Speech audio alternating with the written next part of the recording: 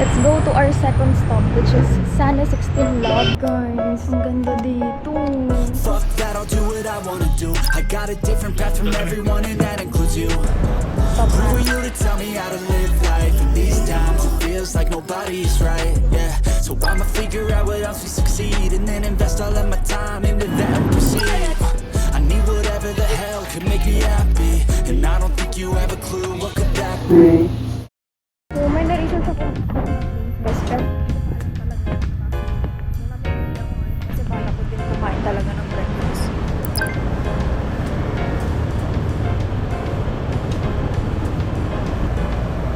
Rider. Andito na yung rider ko. So, ang first stop natin is our humble beginnings. Focus Building, Camias Road, Quezon City. Let's go!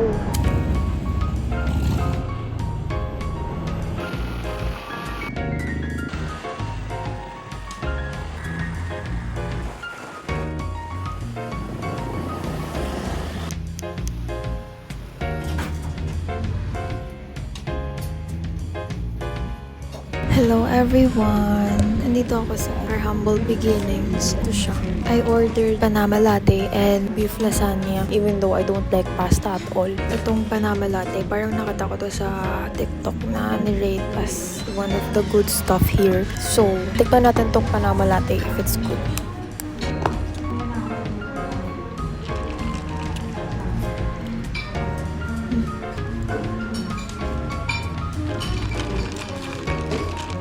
Similar taste siya. Parang natikman ko na tong ganitong style pero not the exact style. To my liking, masarap pa rin talaga yung Pocofino latte sa Pocofino. Yun na talaga yung standard ko. Ever since natikman ko yun na yung parang top tier na masarap sa akin. Feeling ko mahilig talaga ako sa drink na medyo matamis. Pero this one, kung i-compare sa Pocofino, nasa 90% na yung level niya kasi masarap siya. As in, masarap siya. Hindi siya ganun kapait, hindi siya ganun katamis. Ito yung drink iinumin mo nung paulit-ulit ang hindi ka masusuya. Ganun ko siya may explain.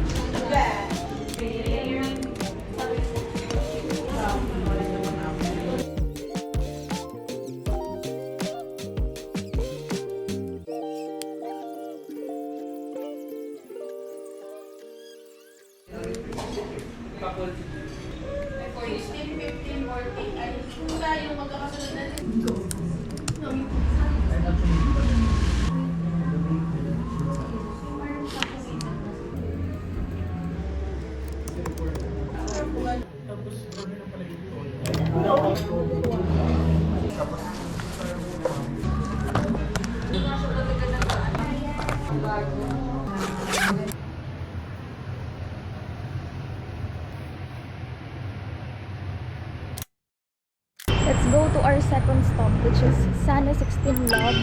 Ano lang siya, parang 1.2 kilometers. Hindi ko alam kung iaangkas ko ba to or madijip ko ba to. Ang cute.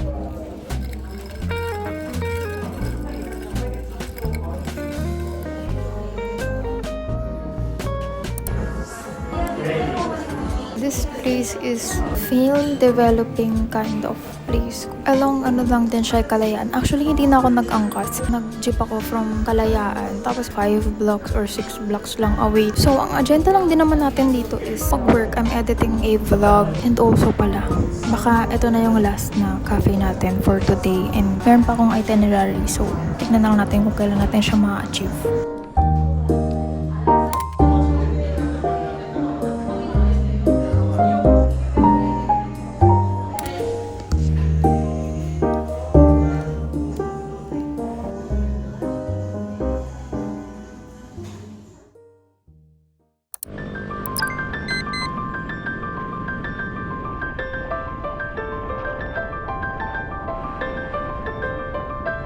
Sana wala.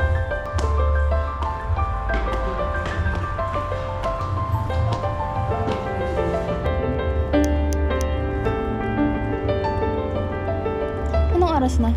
Yung last visitor pumasok ng 11:50. Guys, ang ganda dito.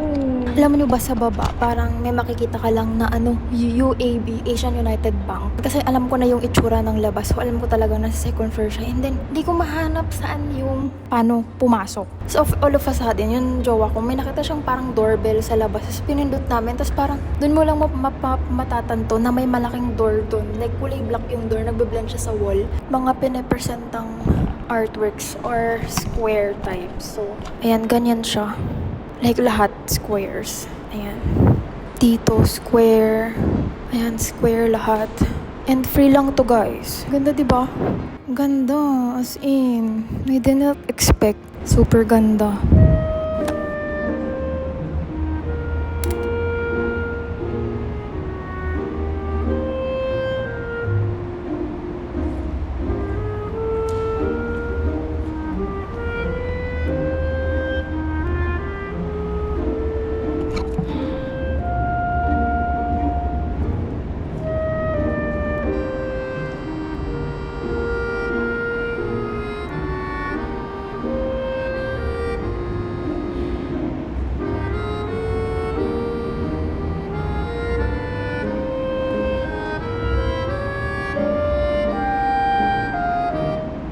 Sobrang gusto ko talagang gumawa ng mga doodles, ganun. I even dream of actually being able to bring a mural na doodle type. Pero it never happened because nung nag-high school ako, dun ako talaga huminto ng gumawa. Yun yung gusto kong gawin na hindi ko ginawa ever again. Pero we're alone. Kaming dalawa lang yung nandito. And I feel like the last time I ever na nagpunta ako sa isang museum or gallery was when I was still studying, which is 2 years ago na. Pag pumupunta ka sa mga galleries, parang I feel like it includes you. Iba-iba yung makikita mo.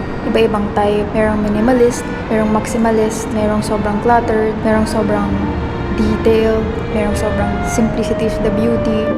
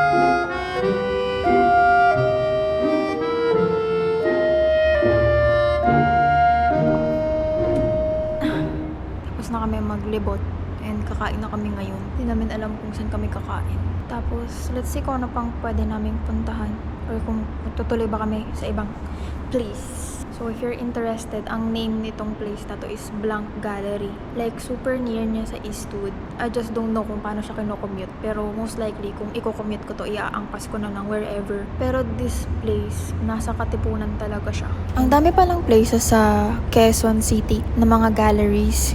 Most likely yung next namin is Mura Dito Homes. And it's very different from this one. See you on the next location.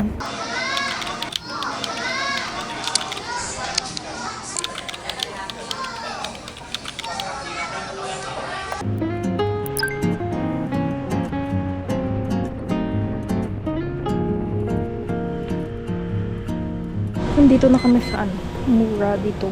And ganito lang yung itsura na sila. So, ang qualification ko lang ay 50 and below. Anything exceeds is no. So, let's see kung may mabibili tayo with that budget.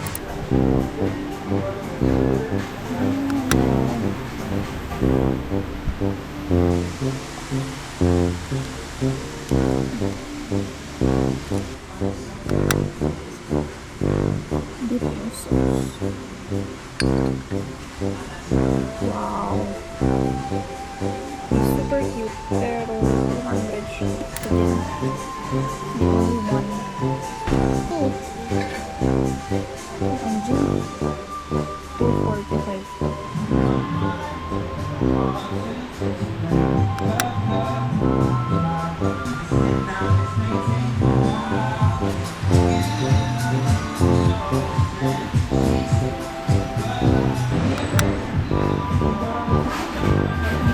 Kano kaya ito?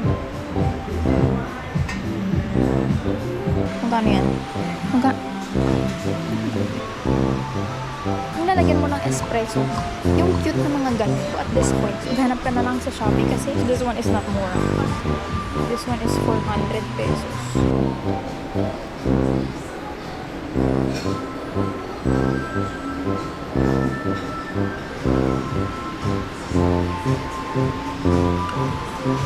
Espresso shot, tapos isasalin mo sa ibang cup.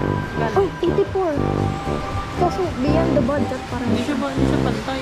So, pwede ka mamili, it's either this or this. Hindi kaya ng budget. Oh my gosh! Oh my god.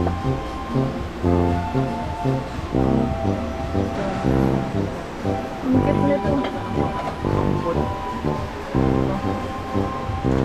Ang cute naman ito.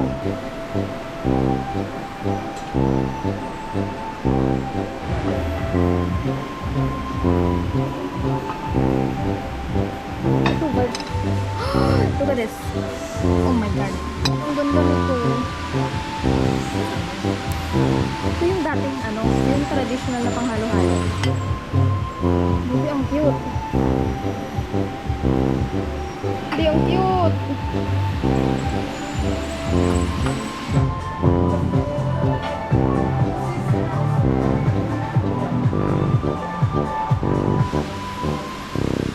Because the cheapest that I saw was 54 pesos.